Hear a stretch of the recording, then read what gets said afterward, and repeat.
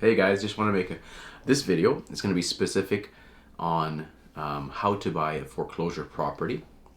Is it worth it to buy a foreclosure property? And the steps involved with buying a foreclosure property. So I'm here in Alberta, and when you're purchasing a foreclosure, like a lot of people will see a listing online, and it'll say foreclosure or owned by the Court of Queen's Bench or Court of King's Bench. I believe it's called that because now the Queen passed and it's a king. So it's Court of King's Bench here in Canada. You know, where it's a colony of colonized by England. So the Court of King's Bench is the deciding or presiding place where they would be able to say this is the new rightful owner of the property. Because I believe here in Canada the land is still owned by the England or the United Kingdom. So that's why they always use those kind of terms in court documents. Anyway, when it comes to a foreclosure, there's some steps involved, and the main thing is if you're like a first-time home buyer and you're buying a foreclosure, probably not a good idea unless you're getting an enormous discount on the place. Because keep in mind, if you're a first-time home buyer, you're not experienced with the process of buying it. You don't know when it comes to the deposit down payment structure, and it might end up being detrimental to you and hurting you financially if you end up buying one, and it costs you, much more than what you envisioned for the repairs. And so for example, when you buy a foreclosure here, it'll be showing as the owner on the MLS. It'll say the owner is the Court of Queen's Bench or the Court of King's Bench, or it'll say the name of a bank, Bank of Nova Scotia, RBC, Scotiabank, what have you. So in that case, they will show you a court date, and they will expect all the offers of people that show the property will come in on a certain date. So let's say today we're February 2nd. They'll say all offers by the end of February 28th. And they usually give you, enough time. The reason being, they want offers to come in from different agents that show the property as well as their clients. Because at the end of the day, the court as well as the bank and the listing agent, their job is to try to recoup as much money from that property to pay the debtor or the creditor, which would be the bank, or a credit union or any private lender. So essentially, that's another thing. People don't expect you're going to get a massive discount on a foreclosure. It's very unlikely, especially in Canada. You're not going to be getting it pennies on the dollar.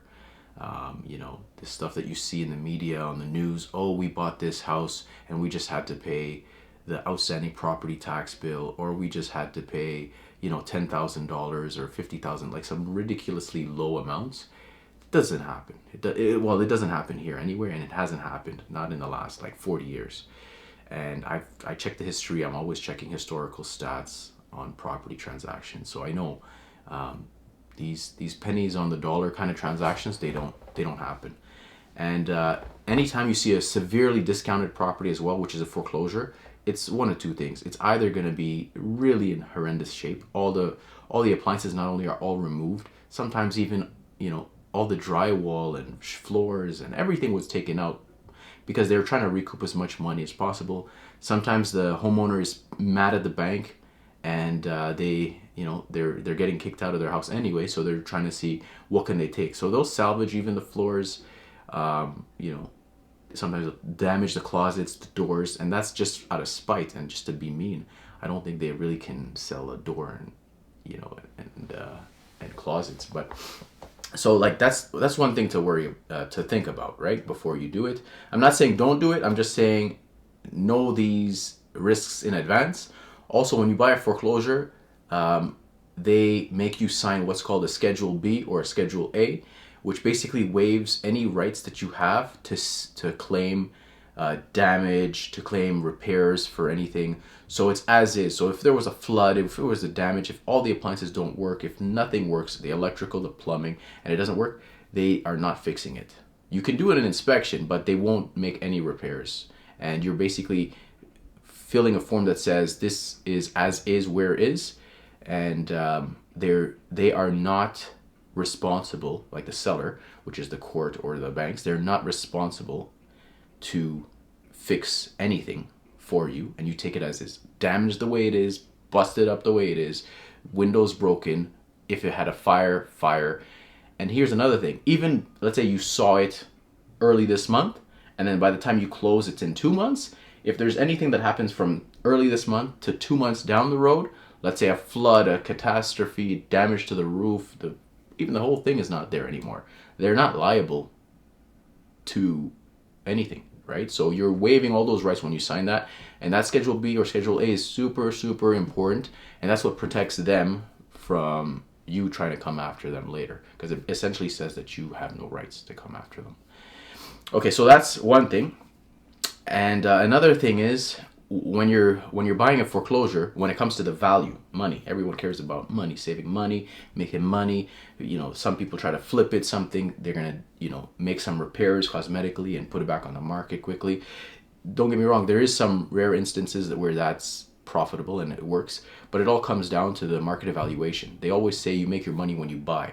So when you're buying, you have to do your due diligence. And as an agent, this is what I do. So I make sure my clients, they know. Let's say it's listed for 400,000, but let's say that area, everything is selling for 425, slightly over 400,000. And those are houses that aren't even foreclosures, but this foreclosure is 400,000. Now let's say it has an offer date, it gets 10 offers, it goes 405. They say, would you like to come back for a second round? And then you write an offer for 410 and it gets accepted. So you close on the deal for 410. That's not necessarily a good thing, because all the other properties on that street are 420 and they're in good shape. They don't have any damages. They weren't sold as is. They weren't dilapidated. So in essence, you didn't do your research, right? You need to look for a large enough margin of profit for that to make financial sense. And when I look for a margin of profit, you got to look at least 100,000 gross minimum for it even to be worth it. And that's why, a lot of people ask me, oh, find them a foreclosure. I only do it for people who are contractors, renovators, that have the cash, right? You got to be able to close. When you're buying a foreclosure, the bank is not going to give you a financing condition most of the times. I'd say 90% of the time. Nowadays, it's like 98% of the time. The banks, as well as the courts, they don't want to waste time with a person who's not serious, who can't commit and close. So I've been on the listing side, where I was the listing realtor for a foreclosure, and I get the instructions. The instructions come in from the lender or the court. They are really the ones determining it. I just show them that I'm working for them. I got them enough showings. These are the offers. But then the offers, they go through it and they say, if it's a conditional offer, we don't want it. And again, every bank is different. At different times, they'll have different requirements. But generally, safe bet is you have to put an unconditional offer, meaning you can't say that you're getting a financing condition, because they don't want to waste time. They got 10, 20 different people putting offers to buy it, and they're paying in cash. So if you're coming in with a mortgage, it's going to tie up the property for a week or 2 weeks.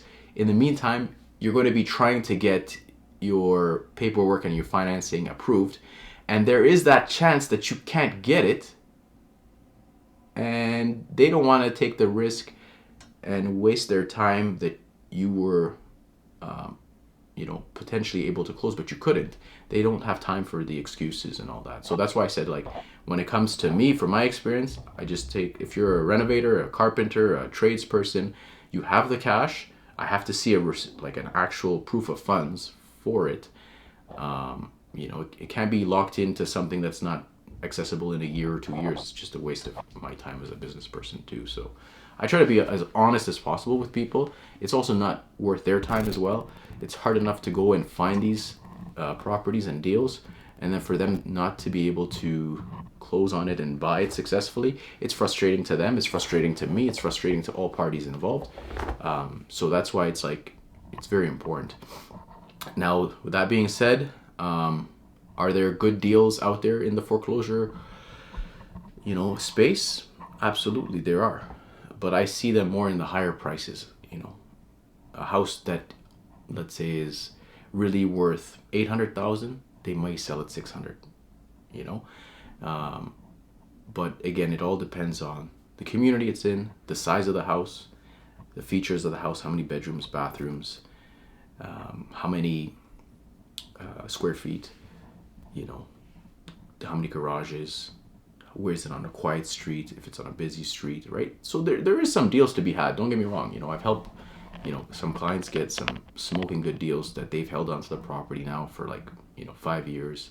Another guy held onto his property 8 years, and it's nearly doubled what we paid for it when we bought it. But part of it is they've held it such a long time that it went up with appreciation. But also at the time when we bought it, it was already a reasonably, you know, really good deal, so that they were happy when they purchased it. Here's another thing. A foreclosure, you know, it's a great property if you're a you're retiring, for example. If you're a Canadian and you're retiring, most likely your home is paid off, your current primary residence.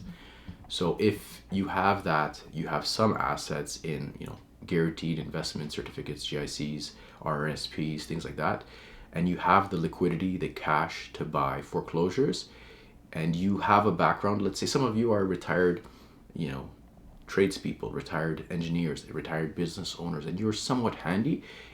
I've seen it with retirees. It is a good project for them to take on. Again, they have to buy it at the right price, but because, you know, they have the time to find good value for appliances to put into the property, we have the time to go and see on the street what else is selling. We look at the nuances of community, the amenities. Is this community on the way up? Is it on the way down?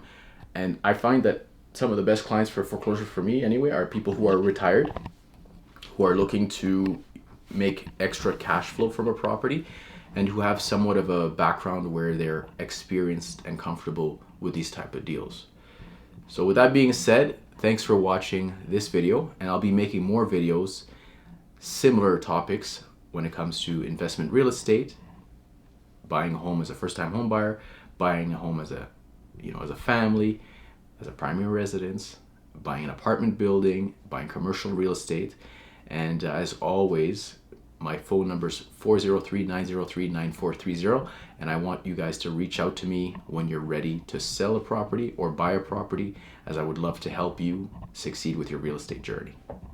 Thank you and have a great day.